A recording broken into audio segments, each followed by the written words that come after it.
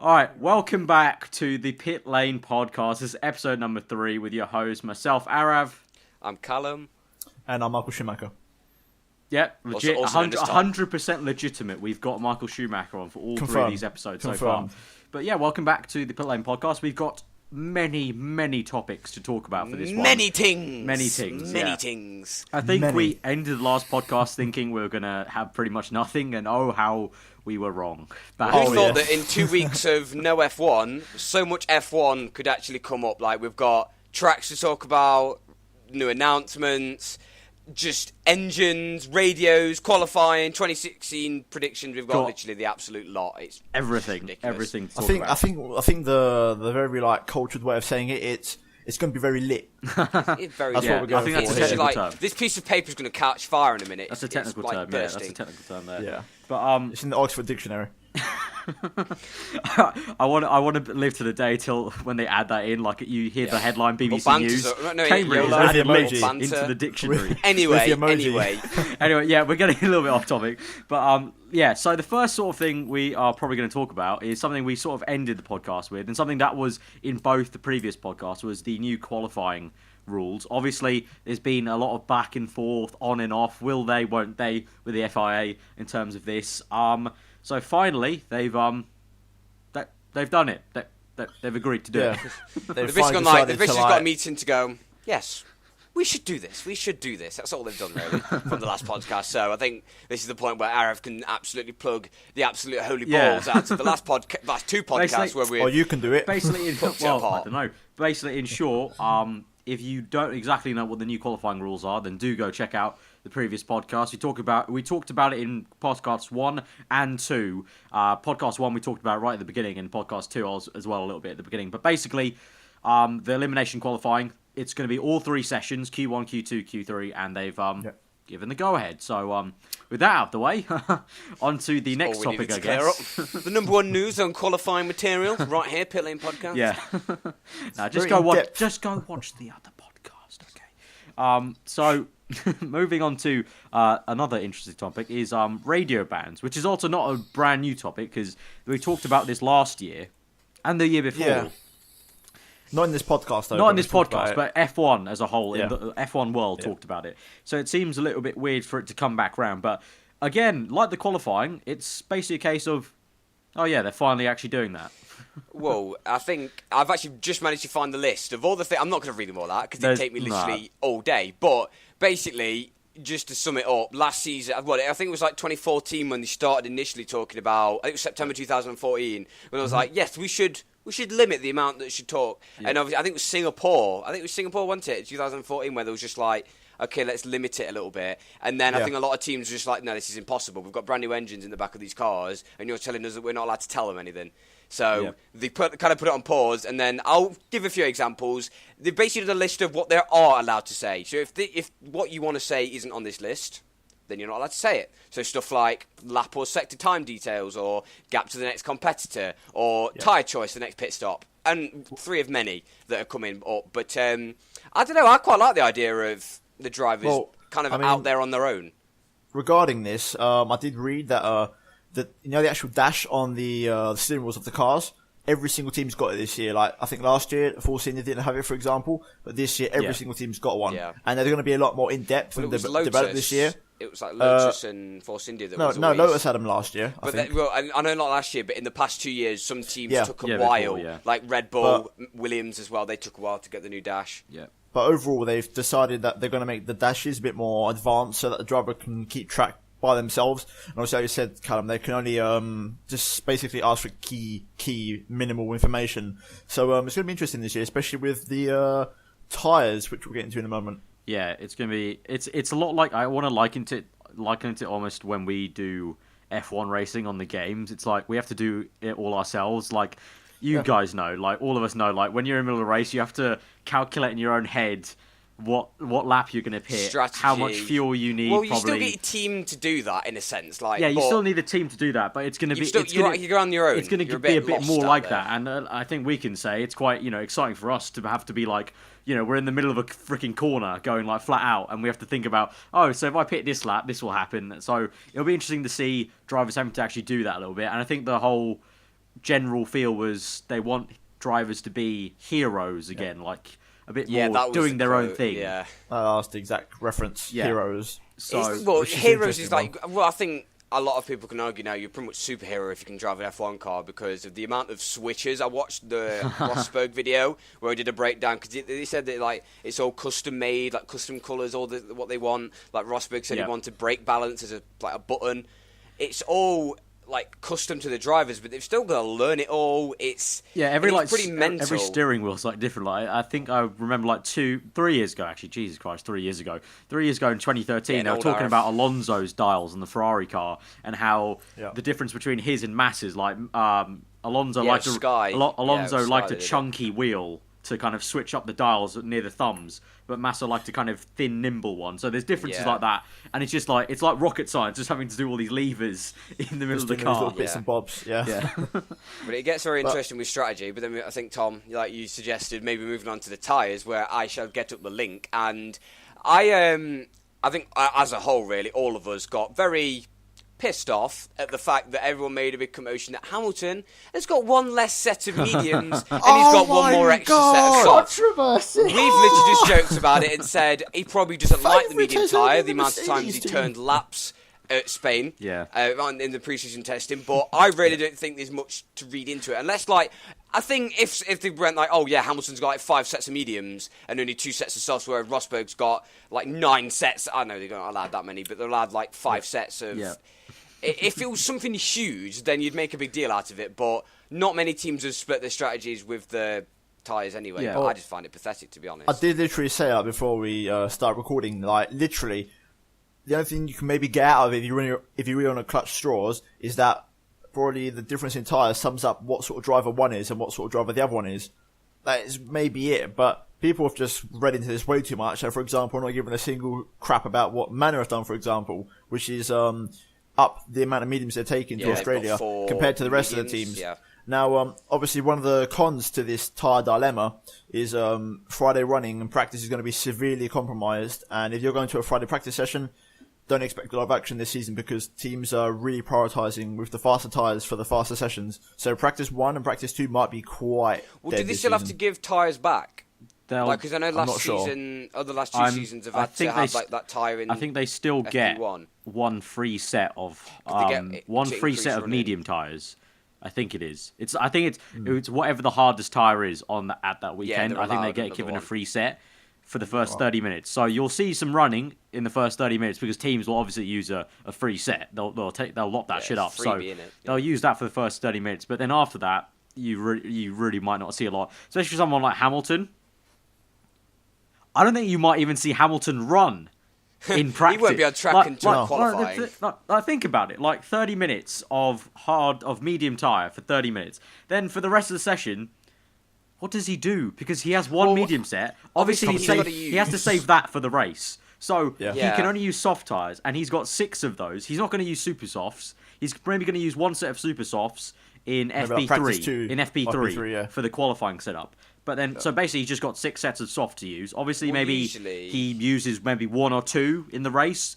So he's only got like 3 to play with. Like, he's really not going to do that much running in practice. Usually it's FP2 where they do race runs, isn't it? So I'm guessing we could be completely wrong. Soft tyres and just pound round, and a set of super softs and just pound round and see how long they can go. Because obviously, they want to work out the best strategy, but it's still a bit hard to weigh up. For sure, he's going to run on softs at least once in FP1 or 2 to like see what the synth's going to be like. But it's going to be interesting. I mean, we could be completely wrong. We could turn out to be like, oh, the soft tyre is the race tyre, so everyone wants to go practice on those tyres instead. Maybe the medium is one of those tyres like, you know, back on like 2013, the hard tyres, they're really hard to kind of switch on. Maybe it's going to be like that. Teams don't want to actually use those tyres. That's why they've only brought like 1 or 2 sets. Oh, we've seen that before. I think it was India 2013 when Vettel had to put on the first lap to get rid of the set of softs because it would just blow up. Yeah. They'd pretty much die. We might see that with the ultra softs. Like, I'm looking very forward to like Canada. Wait, is Canada when they first? No, it's Monaco now. They made a mistake. They made a mistake. It is Monaco now. With Monaco, they might do a qualifying lap on the ultra soft, then pit quite early. You never know. I did see regarding tyres, they were saying they might run the ultra soft at Baku. but really? they've decided to go against it because obviously they've got literally no data about the track, so they're not going to bother risking it. I think there's not much more to say about tyres because it's just that really. We've got to wait until the actual weekend gets underway to comment on the situation. We just, like Tom said before, we'd just be clutching at straws if we're talking any about it more. But as you mentioned, Baku, going on to just circuits in general, there's been a lot of commotion about different circuits, some good news, some bad news, and just some rumours here and there about other circuits. I don't know. Briefly on Baku, obviously we're not going to talk hugely about it because we haven't even gone there. But have you guys seen the video they put out about Baku? Yeah.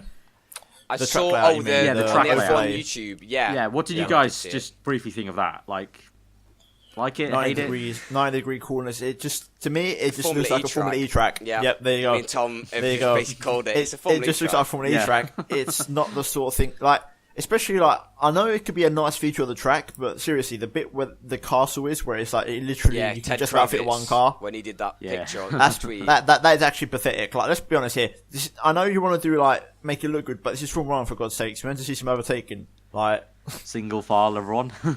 It is a little bit stupid, to be honest. But obviously, we are prejudging something, so guess so. You never know. But Formula E, okay, I'll do a disclaimer. There's nothing wrong with Formula E tracks, but it's kind of tailored to Formula E. It's because the cars are like that.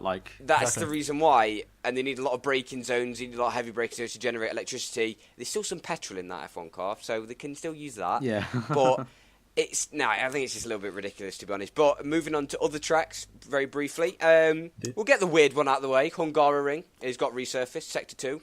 There's some pretty pictures. Aarav, you can put some pretty pictures down there if you want to. They'll be down there right now. There was a lot of hard-working men. I think it's just Sector 2, but we'll probably see a little bit of a talk about that. Obviously they'll give. Nothing that it's like Brazil. When did it resurface in 2015 or 16? I think they resurfaced it with the new changes. So in 2015, Pitlane. So they didn't do it. Yeah. So in 2015 they resurfaced it. So it gave Brazil a lot more grip.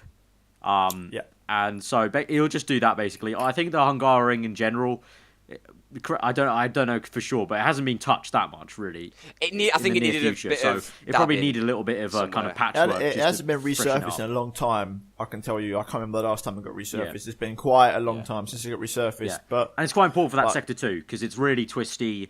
Obviously, it's like Monaco without barriers, so with any of the pictures, it looks like it might be only a chicane, but we'll see if it goes any further into the second sector. But more grip, even though obviously the corners haven't changed, but more grip could potentially mean some cars could keep up with others more a little bit. Obviously there'll still be dirty air. It is clutching at straws again. It'll still be a bit of dirty air, but it's going to make the lap times a little bit faster, I'm guessing. But other tracks, should we go the good news or the bad news? Let's go with bad news first. Let's go with bad news first. Okay, Brazil. It's in danger, put it that way. Bernie Ecclestone released the funds. It's a lot. That's why we're always talking about on F1 World. Is always talking about funding for F1 tracks, like we saw with Germany last year. But Bernie always does that. That's how it works. He likes money. Bernie's always just he's a little money whore, let's be honest. He just walks out of place and he just walks out from his morning coffee and goes, "Oh yeah, that circuit, it's fucked." Yeah. No, it'll be sad to see. But obviously we've had this talk about Monza quite a lot. But a lot of people may argue that, the track is a lot better in a way. Well, Brazil is a classic track. I think it'll end up being okay. I mean, if you look at Monza, it apparently came so close to being taken off the calendar, but I think now it's all fine. I think they're going to extend the deal now to 2021. I think it is. So I think it's just one of them things, It'd be sad to see it go. Yeah, but I don't think it would go. It just, to me, it just seems like it's popped out of the blue out of nowhere. You'd miss it. It's like Italy. Exactly. You'd miss the fans. You just miss that. It's one of those I'm still pissed off that they moved it from the last race of the season. I honestly think it should always be the last race of the season. It's one of those staple races. It's you just got to have a Brazilian. It's like one of the Fabulous Five of the calendar sort of thing. Like Spa, Silverstone, Monaco, and all them tracks. But now for the good news. Yeah. That arguably the race of the season last year in 2015, I definitely think COTA has been tied down for this season's race at least. So they've managed to get through their financial troubles that they were having. Hooray for COTA, and one of the big reasons why they've been able to tie it down is also they've worked out a deal to get Taylor Swift to headline the after qualifying performance. So after Saturday qualifying, they usually have like a performance. They usually have it at most circuits. Like Silverstone does that as well. Silverstone does it as well after the race. Singapore does it all the time. Like I think they got Beyonce there like last year. I think. They've had so Taylor Swift's going to be headlining Saturday. So Forbes actually said that might bring in 100,000 new fans. Just because, obviously, I know it's an F1 Grand Prix weekend, but genuinely there will be Taylor Swift fans that just buy tickets just because it's a convenient concert, if you will. Well, to be fair, they racked in a big name because I think it's Elton John last year, didn't they? So yeah, I think it's good marketing. Well, it's a new market. It's a new audience. I agree. I think a lot of people maybe are a bit like, like. What does she have to do with racing? But if you think about it from a marketing standpoint, it's fantastic marketing because also for the Twitter account, for the Facebook account, they can do so much stuff with Taylor Swift now in terms of the way they market the race and like just make it a little bit banterous. It's going to be great marketing. At the end of the day, we've had this discussion many times. The actual circuit itself is growing on us. It's one of them tracks that I really enjoy it. Twitter account. It's a tilt track. It is a typical tilt track. It is a typical tilt track, but it's a little bit good. But they nicked a lot of things. Yeah. So it works. The Twitter account is responsible. The Twitter account is responsible for a lot of that. And the Twitter account, if you don't follow the Circuit America's Twitter account, do follow them. They are really good. Or I think it's at COTA. At COTA. It's worth it. So worth it. I think it used to be at Circuit Americas, but I think they changed it. Oh, no, it is at Circuit of the Americas. Okay, but if you just type in COTA, it's a verified account, so you're more than likely to find them.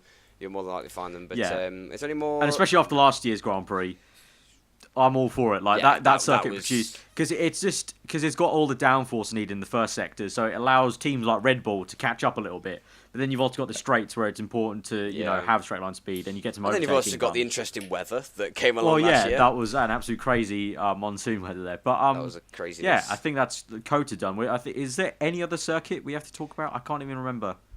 I don't think so. I can't remember. I don't think there are any other circuits that we need to discuss. So, moving on to we're talking about marketing briefly. Another big thing in the marketing world and the PR world of F1 is Channel 4. If you know, guys, obviously BBC axed their F1 kind of program.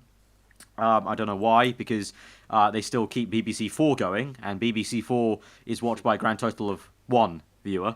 But they're keeping that and axing BBC F1. So Channel 4 has won the rights, and Channel 4 now unveiled their lineup. So do you guys want to go through it? Do you guys want to go through it? And let me know your thoughts. I've written it down, but I can remember, I think they had, Alain Prost, Bruno Senna, obviously Murray Walker, even though I don't think he'll feature at all.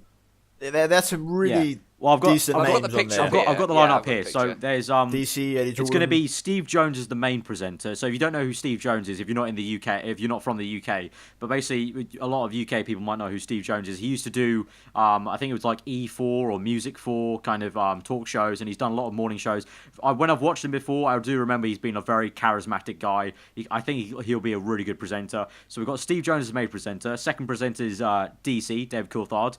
He'll also be in the commentary box alongside Ben Anderson, who you might recognise from BBC. So, in terms of drivers, how do you say it, technical people coming in, analysis, driver analysis. You've got Mark Webber, obviously ex F1 driver and now the WEC driver. We've got Susie Wolff as well, and Bruno Senna, as Tom mentioned as well. And then he also mentioned Alain Prost, who I believe was meant to be also another technical expert. So we actually will be seeing him on TV doing some analysis, because I thought it might have been a Legends show with Murray Walker, who's also part of the team, but it's been confirmed he actually might be at some races, Alan Prost, to kind of do stuff, so that'll be quite cool. Just pointing out, Karun Chandhok on top of that as well. Yeah. Oh yeah, the mighty Karun Chandhok. The mighty. Did you just say Ben? I don't know what it was, but I think it's Ben Edwards. I think Ben Edwards, isn't it? Edwards, not Anderson. There you go. Yeah. I don't know who the hell's Ben. You've got Gary Anderson. I think Gary Anderson. Gary technical. I think that's the Ted Pitlane. Kravitz of BBC. I swear, there's also a sportsman called Ben Anderson. I'm not sure, to be honest. I'm not very sure. I don't know. I think it might be some sort of cricket player, but I don't watch cricket, so I don't know. I don't watch cricket either, so I wouldn't be able to I don't know. You didn't say that. But yeah, finishing up the lineup. Karun Chandhok as well on top of that for technical analysis. We've got Lee McKenzie from BBC, who's going to be the pit lane reporter. EJ who we don't actually know what his role is. So I guess he's going to be probably just to predict stuff. He's going to come out of left field and go, Hamilton's moving to Ferrari. Done. Yeah. And it will happen. EJ featuring his crystal ball, his magical crystal ball. Yeah. And no, honestly, on a serious note, I think it's very good from Channel 4 because I was talking with a few people on Twitter about this, and people were going like, wow, they've got loads. And I think that's very clever. And just hear me out on this. Obviously, you're going to have the main presenters. You're going to have, obviously, DC doing his 2 different roles, like on TV and in the commentary box. You've got Ben Edwards in the commentary box. But obviously, there's a lot of drivers. Like they've got Susie Wolff, Mark Webber, Karun Chandhok, Bruno Senna, then obviously, Alan Prost. And there's a lot there. And people said that how they're going to fit all that in. Well, the only way they're going to fit that in is if you actually think about the drivers itself. Mark Webber got WEC. Bruno Senna's got Formula E. I think they've got Anthony Hamilton as well. We haven't mentioned him yet. Oh, yeah. He does BTCC, I think he does. And they can all interchange. So let's say, like the Australian Grand Prix, there's no WEC on. We could have Mark Webber doing analysis. Then, okay, we get to Malaysia. And, Mark Webber's doing... I don't know, some race at WEC. We've got Bruno Senna, who can do it, because he hasn't got an FE race on. And if either of them are busy, we can get Karun Chandhok on. I really like that. I really like how they can interchange between each other. I thought it was Nick Hamilton. Anthony I don't know. Hamilton. No, okay, I don't know. I must have. That's his dad. Well done, Brain. We can't speak today. Nick Hamilton. We're all shit at this. We're really shit at names. this. Hey, I've always maintained I'm rubbish with names. So far. Like, you show me a face, I will be like, I know that face. But you tell me a name, I'll be like, who the hell is that? Even my own family, they're like, oh, this person's coming round. Don't know who that is. Yeah. Don't worry, I'm always here. I'm always here to help you out. Yeah. But either way, I really do like the interchangeability that they can do. That's a good, really good planned theory. it out. Yeah. But, so, obviously, that's like the media sort of thing. Now we're going to move into a bit of an interesting topic. We can cover quite a few things here and probably round off the main topics, which is the teams now. This is where it gets interesting. So obviously, starting off literally as we finished the last podcast earlier on that week, or earlier on as in the next week coming after that, Sauber apparently it was rumoured that they hadn't paid all their staff for February, which is like obviously I think February they paid like the main amount of money for the whole year of like the past year of Formula One, and they didn't get paid in full, so that sort of triggered a bit of a headline. But then 3 or 4 days later, eventually it turns out that Sauber announced that they did pay in full. So. Lucky enough, Sauber put that to bed, but it is a sign of their financial struggles at the moment, which they seem to be quite open about. It's like if you just have like a normal job and like you like live by your paycheck, like you're waiting for the next paycheck. It's like that, with Sauber, but on a huge scale. Like they're just waiting for the money to come in so they can pay off their last year's season's debt. So. Yeah, they're on the edge. They're on the edge there. Yeah, they are. They're kind of teetering, and I think we'll see that probably quite a lot. We saw that with Lotus, didn't we, in Belgium when there was bailiffs there, and I think that just proves how financially demanding this sport can be sometimes when a main headline is made out of something that obviously we might think is normal, just having money transfer, but when it's that much money balancing on your little finger, it's like it can be a bit of a touchy subject, to be honest. Yeah, you can see though, like compared to last season, on their car they've got quite a few more. Even though they're little, they've got a couple more sponsors, which hopefully should help them out a bit. But Sauber really, even though I'm predicting them to be right down the bottom of the field, they really need a big season to get some decent prize money. Because this year on the grid, whoever finishes last and gets no prize money is going to whack them really hard where the sun doesn't shine, considering next year's rule changes. So this year is huge.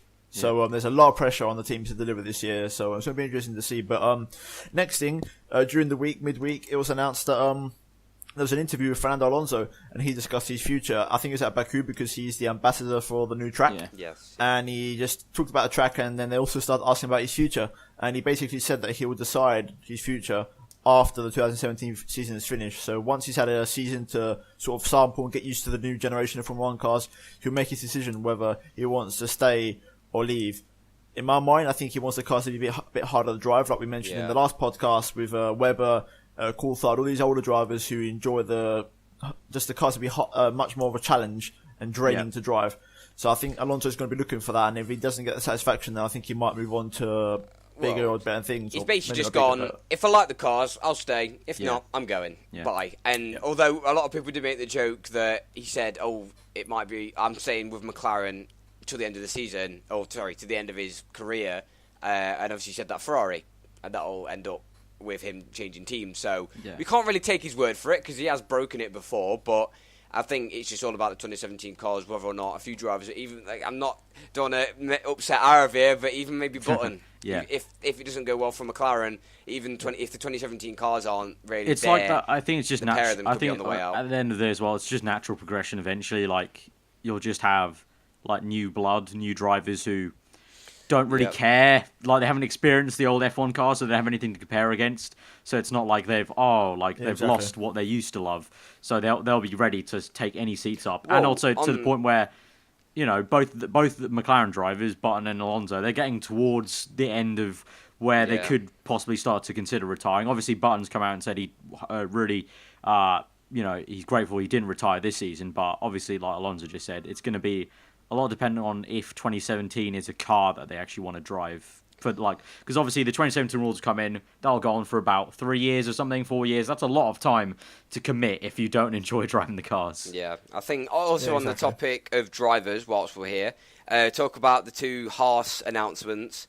Alex Rossi was announced as their reserve driver, so like we saw with Kevin Magnussen back in the start of last season when Alonso had his little issue. He's going to be that sort of driver. He's always going to be on roll. And Tom, quote me on this because I think you've got the idea. I think it was 11 Grand Prix he's attending. Well, yeah, for a start, he's not Haas's reserve driver. He's Mannon's reserve driver. Oh yeah, I wrote that one down. And he'll be doing 11 practice sessions this season because obviously Alex Rossi did get confirmed by, I think, Andretti for IndyCar this season, and he'll be racing full time. So obviously he's going to have quite a busy schedule this season. So he'll be racing, he'll be doing 11 practice sessions this season for Manor, which I think is actually quite a fair amount for a season. Yeah. But if you look at reserve drivers and all that, they normally do about 4 or 5 a season. Yeah. So 11 is quite a decent amount. And then obviously the second driver that we want to talk about is Haas's new reserve driver, whose name, which I still haven't learned, so I need to read it. It's Santino Ferrucci, so I'm guessing there's some sort of Italian link pretty good there, pronunciation.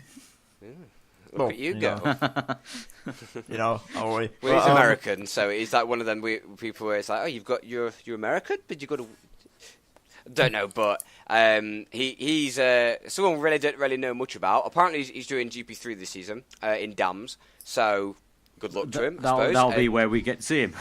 Yeah, that's where we're going to be able to see him. But honestly, I've never heard of the guy before. It came up in the news. I've never heard of him either. But he's only 17 years old, so he's like Max Verstappen kind of era. But apparently, I'm actually just reading here. In 2014, he became at 16 the youngest winner of the British Formula 3. Funny fact there. So he's got speed up his sleeve. And he's also going to do like simulated stuff like what Carmen Jorda, touchy subject, but what Carmen Jorda did. Yeah. Let's see if he's 7 seconds off the pace again. Wasn't it 7? Wasn't it 12? I don't know, whatever it was. We're not getting into it. Sorry, we didn't say anything. Yeah. And also, sort of sticking with the teams and drivers subject, it was literally just, I think this morning actually, we're recording this on Friday evening, so I think it's this morning, Helmut Marko came out and he sort of issued a bit of a bold and crunching warning regarding the drivers for both Toro Rosso and Red Bull, saying that they got to keep on their toes a bit because if any of them underperform, then there's going to be no second thought about axing them for next season, because obviously the Red Bull Driver Academy is very impressive and they've got a couple of really good drivers, especially like, I think by the end of the season, someone like Pierre Gasly could be really knocking on the door to try and get a drive next season because he looks really decent in GP2. So definitely a bit of a... He's sort of like... Helmut Marko is sort of like that guy. You know, like your sort of granddad who you like, but he sort of scares you a bit. He's sort of like that old director sort of thing. Yeah. He sort of scares you a bit. I think he's forgetting how shit his car is. Yeah. So I'd say that it's like you can't really blame the drivers too much if they don't actually get good enough hold of points. But on the note of the drive program, I think like when in 2011, wasn't it at the end of 2011 when they axed Buemi and Alguersuari? Yeah. I think it's a little bit different now because Verstappen and Sainz are real good talents, both of them real good talents. You can't get rid of them. And I think if Toro Rosso got rid of them, I think there'll be a lot of teams that will try and snap them up on the low key, behind Red Bull's back. That's some fresh talent. So right there. That's in terms of like Gasly coming through and stuff, I think it would be possible for all of them to still stay in F1 and for Gasly to come through. Because I'm pretty sure, at least Verstappen, maybe Sainz, unfortunately, because he is a good talent, but I think the media's done a lot to kind of, they've really drowned him out with all the Verstappen talk, which is unfortunate for him, and it's going to be upsetting if that is the kind of detriment to him. But, also, they'll definitely try and snap up Verstappen if he's axed from Toro Rosso, and, hopefully someone will try and get Sainz as well. So I don't think it's going to be too much of an issue like Buemi and Alguersuari, but... No, I kind of don't really like this but academy. it sort of feels like... I like it, but I don't like it. Sainz is sort of getting the Jev treatment when he got drowned out of his contract a couple of years ago because, you almost felt sorry for John Rivers. All this whole, he's too old for Toro Rosso, even though he was 24 at the time. Yeah. But it's just the funny thing how they work out. I mean, Sainz is 21, Verstappen's 18. It's just, it's an issue with the Red Bull drive program is the fact that there's actually just too many drivers who are talented that come through. So much talent, and they're wasting it. And they don't have enough teams in F1 to supply all these drivers. So there's just drivers waiting in the wings. And then because obviously they're all contracted to Red Bull, it's rather unfortunate that if someone gets axed, it's very hard for them to find a race seat quickly because they still have to, abide by some Red Bull marketing strategies and stuff like that before they go and try and find a team to take them. So I think that's a serious flaw in the academy. We've gone off on a bit of one here, but I think we should keep with it because it's a very interesting topic. I think. The problem I find with it is I think they're trying to cram too much talent in too many years. Obviously you brought up with Alguersuari and Buemi and just how they got axed at maybe a good time.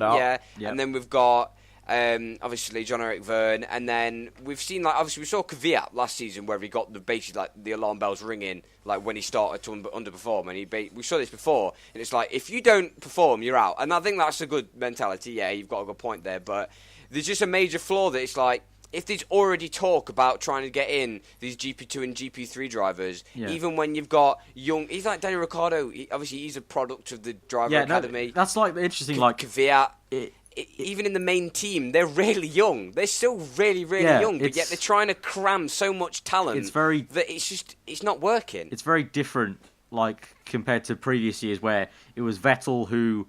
They sort of, by the end of it, they sort of knew he was going, and then when it got confirmed, they knew he was going. And Webber, obviously, he was coming towards retirement. So it was it's a fact so now we can actually move the factory line along and put Ricciardo and Kvyat in there. We've seen the headlines a couple of times sort of just pop up, but I think Ricciardo, he could, if Red Bull don't do well this season, I think he could move next season. I could see it happening. Because he has said that he'd like to move to Ferrari or whatever, so it'd be interesting to see who gets promoted to the main team. If, for example, someone like Verstappen who would be 19 at the time. Yeah. No, but it's going to be an interesting one, but that could happen. But actually, obviously, that's Red Bull. We've gone off on a bit of a ramble. Can I just put in very quickly? I just have a little funny topic. Yep. Imagine if Verstappen denied the chance to go to Red Bull because he was quicker at Toro Rosso. Yeah, that'd be quite that's what funny. I was just about to bring up. I was like, would he really want to go to Red Bull? Why would you want to go? At the moment, it looks like Toro Rosso is legitimately faster than Red Bull. It's the place to be. It's the place to be. And I think, obviously, they're always trying to base it off Vettel because they're their main product. They've made him 4-time world champion. Yeah. And obviously, they want to try and emulate that. But it's if the second team isn't as good as the first team, that doesn't work properly. It's like a driver can do a lot to bring up a car. We've seen Alonso drag up the F1 2012 Ferrari. But the Ferrari in 2012 didn't have a problem with straight line speed. It was just a little bit iffy on balance in the corners. The driver can't do shit to 20 miles per hour, whatever it is, down the straits. Yeah. Anyway, that's a fun topic to talk about. We could probably go on quite a while. But what was the next thing we're going to talk about? I mean, we're actually doing quite well. We're actually progressing quite nicely. But in terms of my list, we're getting right towards the end now. But now just in terms of just updates regarding Australia for next week's Grand Prix, because it's literally a week today on Friday until FP1 starts. So we're looking forward to that now. We've only got 7 days left. But in terms of the updates for cars, so during the week we've seen a couple of things. And there's been a lot of talking about Ferrari and Mercedes in particular, about how they utilise in testing this sort of quite firm duct tape, which had serrated shape edges. It looked like a bit of a saw, and they were using it just to optimize the airflow, which aarava touched on last podcast. Teams are just getting so to the top of the development of the current cars, where the slightest little detail is necessary to try and see if they can find that extra eke out half a tenth improvement. It's like when you have toothpaste and you want to get the last bit out, you just squeeze it out. It's what they're doing. Yeah. Like this is the aero of Mercedes. They're just grinding out the last bits they can, basically. Although it's nothing new. Because it's not new. Like, if you remember this, 2014, the concept Hockenheim, of McLaren had the serrated rear wing. Yeah. And I also saw, apparently, I'm going to have a little scroll down on this page, but Renault did it. I think it was 2005 or 6. They had a serrated rear wing. They're revisiting stuff to try and make it quicker. Yeah, like back in the day they had serrated stuff. Then they stopped using it. Then 2005 Renault, that's what it was. Then McLaren brought it back in 2014. And then now it's the same concept, but this time it's like it's not just the end of the front wing, the rear wing flap they're doing. They're actually putting tape on to actually make the surface a bit serrated. So it's just great. It's like just weird and like I don't know. To me, it's very interesting to see how far they're going just to eke out that little bit of performance. Just pushing it, and pushing it. Literally every last detail, no stone unturned. They're just eking out every last drop of what they possibly can in the development tunnel. But also talking about other teams, it was announced this week by Autosport that Force India have some pretty considerable upgrades planned. They've got one decent upgrade already for Australia for the first race of the season, and then they've got apparently quite a decent upgrade for Spain once they come back into Europe. Along with that, obviously, last week it was also said that Haas have a couple of updates, especially for Australia for the first race, to try and iron out any sort of wrinkles they found out from pre-season. And we should have the Williams nose still going to launch say that, well? yeah. I think the Williams nose is coming Australia. We've got obviously quite a few updates for Australia, and then obviously any other update that teams that haven't announced they might bring from now until then that we might see on Friday. Obviously, we will probably cover some of that in next week's podcast. But I think Friday is going to be very, as Tom would put it, lit. It's going to be very lit with developments. I think there's going to be a lot of nice shiny parts. Depending how much running there is, though. Yes, true. But I think a lot of the pictures we'll look at will be of them in the garage. Yes. Oh, that looks pretty. Let me just peek around this corner. But I just have a very brief thought about it, fortunately. I think they've done that. Their development they've done very clever things because they've basically just gone. In the second week of testing, they've just gone, right, we'll put this on, we'll just slap a load of things on, see what works, see what doesn't. And they're basically now just giving themselves 2 weeks. Obviously, we're already a week in. And they're going to go, right, this is what works, this is what doesn't work, and we can work on that. Obviously, they're giving themselves more 2 weeks because they're releasing a couple of parts at Bahrain and then a couple of parts at Spain for the actual Grand Prix. So that's quite a good development tactic. I think it's like what McLaren tried to do with the engine. They've done some parts, what works, glue them together, and that's your end product. Last year, I did sort of debate their strategy with bringing out a B-spec car. But it turned out to be one of the best moves in a long time, and they proved me wrong. But as a fan now for quite a lot of years, I find it quite intriguing how, for example, if you look at this season, teams like Renault, Force India in particular, and Red Bull in particular as well, how they have pretty much the same car as last year with just minor little tweaks, and they're still right up there in the sharp end, because I haven't seen this in a long time. Like I remember way back in the early 2000s, for example, just a quick example, 2003 McLaren, for example, with Adrian Newey when he was at the team. They made like a really tight packaged McLaren right towards the rear of the car, and it was overheating massively and it backfired. So they literally just brought out the car from the year before, 2002, and they just brought up the 2003 spec, and they used that car for the entire season and ran for the World Championship until the last race of the season. And Ferrari used to do that. I think they did in 2002, 3, and I think not 4, and they did in 2005, where they used the 2004 car, just brought up to 2005 regulations. It's amazing because I haven't seen that in like 10 years, It's quite nice to see how, even in today's day and age where everyone's so competitive and so expensive, teams doing this, I find it fascinating. It proves how they how can pull it slow off. development is. It does, it does prove how much these regulations we have at the moment, that it's the right time for 2017 to come in with new ones, because we're getting to that pinpoint where you have Mercedes, Red Bull, Force India, Renault, even McLaren, really not doing too much. Like Ferrari are by far the biggest ever revolutionary car this year.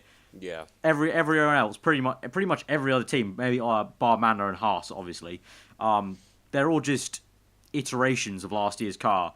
Because obviously, at the same time as well, we mentioned it in I think the last podcast, number 2. Force India have said they're saving resources for 2017 as well. So it's also a case of even the bigger teams why would they waste? I mean, obviously they have a lot more funding, so they can spend time on this year's car still. But even they will be putting a few resources to 2017 because it's a huge year. Well, especially teams like Sauber, they'll be really trying to save their pennies. Yeah. It's all about 2017, but we'll talk about like predictions and stuff. And just like, I think pretty much the last topic that I've got written down before we talk about predictions and everything is going back to Red Bull and engines. Now, obviously, they've had the Tag Heuer branding and little bits and tweaks that Tag Heuer can bring, but it has been said, I think it was said on, it was actually yesterday, that they might not actually find themselves with an engine for 2017. Obviously, they've had so much talk about them saying, oh, what's the point of us being in the sport? Because we are a marketing team. Although everyone in the team that works on the actual car, obviously just born and bred, they just want to just do racing. They want to make an F1 car. But the top bosses want money, they want publicity, and the marketing way, by promoting your car, if everyone talks about the Red Bull F1 car, they go, oh, what's Red Bull? It's the drink. Red Bull. Oh, I'll try that drink out. But if they don't have an engine, that's a bit of an issue. And I think Bernie Eccleston has tried his hardest. I think he's even tried to change the regulations. They're going to go with Richard Hammond power, just cycling. Yeah, they're going to have to. But I think, on like a serious note, even Eccleston has tried to change the regulations to get him an engine, but that hasn't even worked. So the issue is they sort of stab themselves in the foot, because the issue is a top engine manufacturer like Mercedes or Ferrari don't want to hand Red Bull on their new engines that they're running at the same time, because everyone still sort of knows Red Bull has probably still the best chassis of the grid. Give them a Mercedes engine. Like, we said this before in previous podcast. I know we've done a lot about previous podcasts, but we talked about a lot of stuff in previous podcasts.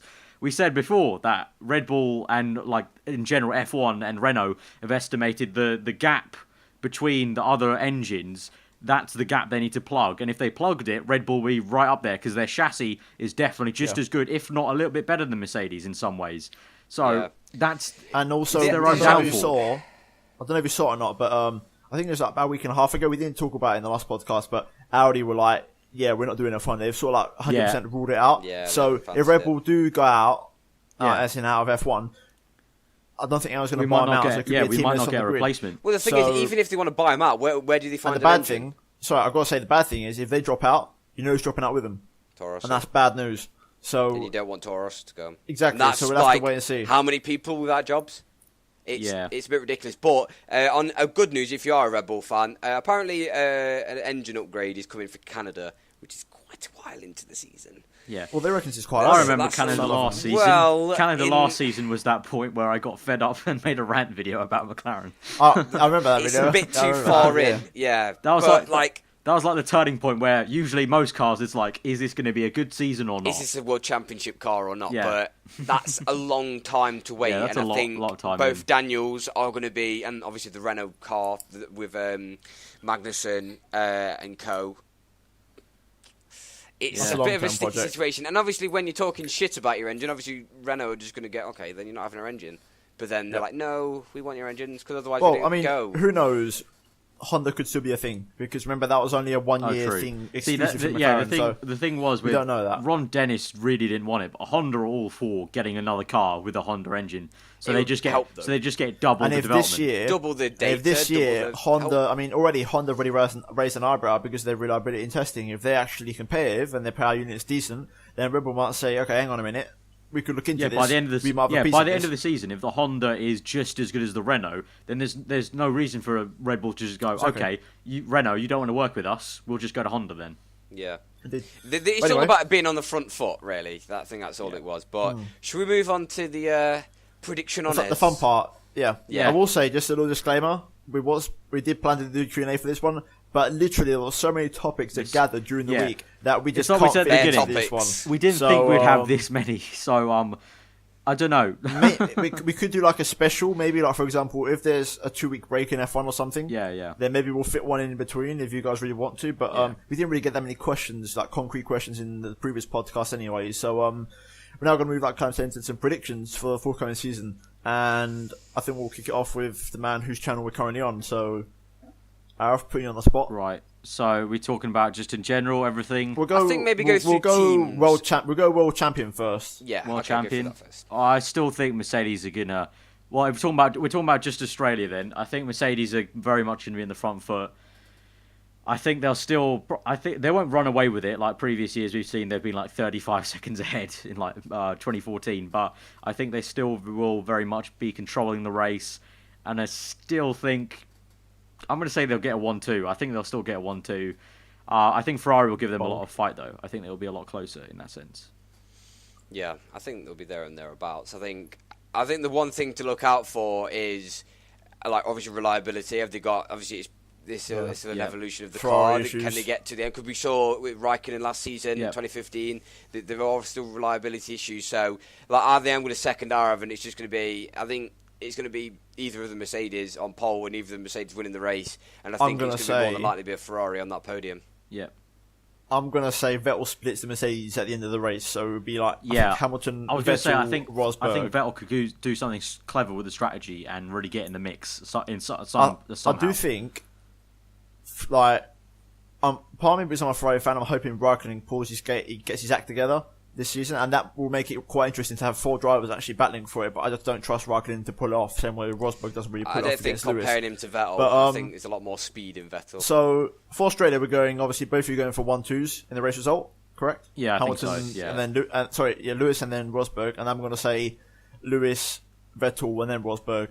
Yeah. So now we'll move on to, let's say, just the mid. Let's go. Just the rest of the points. The rest of the points, like in general. Oh, the rest of the points. Right. I think we need to be very specific. Just in general, what we think the patterns are going to be. So, does someone want to go first? I'll go first. Yeah, go on then, Tom. Obviously, Mercedes, Ferrari, they picked themselves pretty much. I think then I'm going to go Williams, Force India, Toro Rosso. And that's it, isn't it? That's the top 10. 35 teams, yeah, that's top 10. That's already it. Your choices there, yeah. They already got it. I think. So wait, I said Williams, Force India, and Toro Rosso. I don't know. I think I'm going to go for that because Red Bull don't seem that confident. Renault seem to be dodgy. Sauber look dodgy. Manor and Haas, you don't know really where they stand. So I sort of agree with you in terms of that trend. I think what you'll find at the tail end of the points is you might see it go Toro Rosso, Red Bull, Toro Rosso, and one Red Bull's left out of the points maybe. I don't know if it'll be Toro Rosso. I think Toro Rosso could be quite high up by what we can tell from testing, but I think it might be more Williams. Williams is a bit of a funny one for me because they could drop. You don't know where they're going to be. No, we talked about this before, but we don't know where they are. We don't know where they slot in. They could be right up there, like solid, like 5th, 6th, and trying to get 4th. Or they could just be completely rubbish on strategy and everything, and just be down there. So, but then again, obviously these lower teams are coming up. Do they know reliability? Yeah. Do they know also how to do the perfect strategy and everything? But I think I'm going to second you guys on I think we're going to more than likely going to see a mix of Force Indias, possibly a mix of Williams, and maybe obviously some Toro Rossos in there. I'll say in before Manor get a point. Based on the tyres they've selected for Australia, they're clearly trying to cut out a pit stop. Yeah, they've selected if they've got an okay car, 4 mediums. If they've got an okay car, they might just nick a point. But other than that, I think score points this season. I know they're going to. I'm definitely going to score some points this season. I've just got a feeling that they are. I think all 3 of us unanimously agree. I think probably Force India, Toro Rosso, and it's going to be a mix of that. But obviously, it's a bit vague because we don't know. It's a little bit vague. Updates. I think that's the thing. What we all like about Australia. It's literally we could sit here and sort of give predictions, but really, it's just throwing team Malaysia names. Will be throwing team names in a bag and just going, because we really don't know what's going to happen. I'll say. Let's make a prediction. So, at the end of the season, a couple of predictions. First of all, will Manor and Haas get points? I'm going to say yes. Yeah, I think so. Manor, yes. We'll see about Haas. I think both of them can. I think both of them can. And then the second one, who will finish last come the end of the season? I'm saying Sauber. Sorry, Andrew, if you're watching this. I'm going to go Sauber.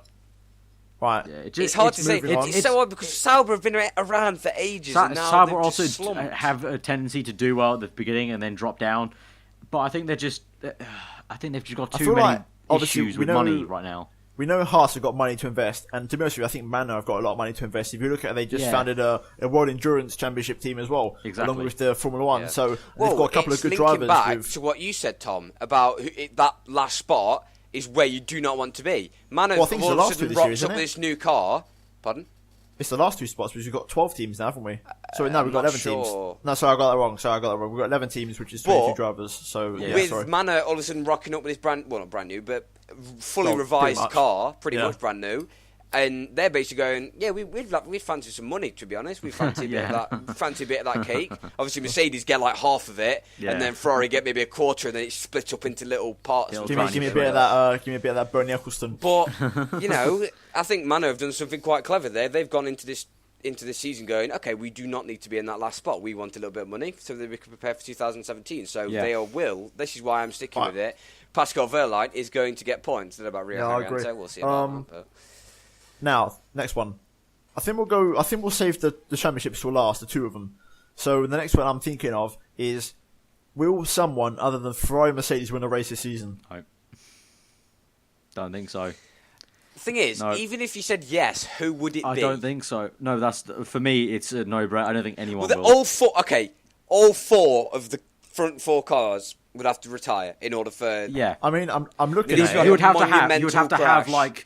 have to have Hamilton retiring, Vettel retiring, Kimi being Kimi from last year and spinning round twice and like just down the order, and Rosberg just being hit by a gale of wind or something for someone else to win.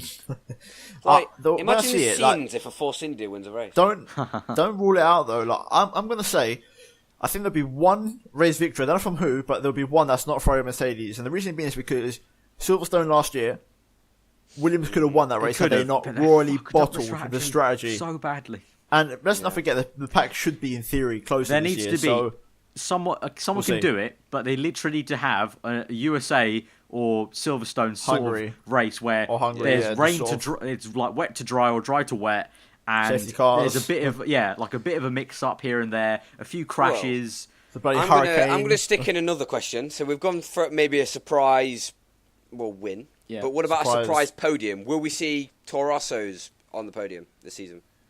I think we can. Will we saw Force India last season on the podium, and that gives me some hope that we could see Verstappen or Sainz on raw pace side as well. I honestly think that Toro Rosso could squeeze on if the Ferraris or a Mercedes. Like again, it's all about if there's a crash. If someone slips up like Mexico, they could be there. Someone could easily just sneak on, just go, "Hi guys, I'm here, just chilling." But I'd like to see a Toro Rosso on the podium because that'd be great. There was always in and around last season, and I think with the improvements that they've made, if they manage to squeeze onto the podium, then so be it. Right. It'd be interesting. Off the top of my head, those are like the main predictions I can think of. Now we're going to move into the tasty one. So we'll move to the more or less important one. World Constructors Champion. Mercedes. No brainer. Right. Unanimous. No brainer. Across the board. And I think we all know the next. I think we know. I think it'd be a bit more equal if Raikkonen was on Vettel's level, but he's not. If Vettel, all of a sudden, if Ferrari come out with this loads of new updates in the mid-season, obviously it kind of contradicts what we were about to say. But I think we all know what the constructors is going. The drivers. We all know what the constructors. The biggest thing also for me is momentum, and Ferrari, if they are to try and even challenge slightly for the constructors or drivers, they have to come out running Australia. They have to. They have to get a win early on in the first 2 races and carry the momentum. I mean, it happened last year, so you don't know. But I think everyone knew why. I think that was a very different case. Like Malaysia, we talked the entire weekend before that about the tyres and about Vettel doing one less stop, and it happened, and it was like, oh my god, this is actually happening.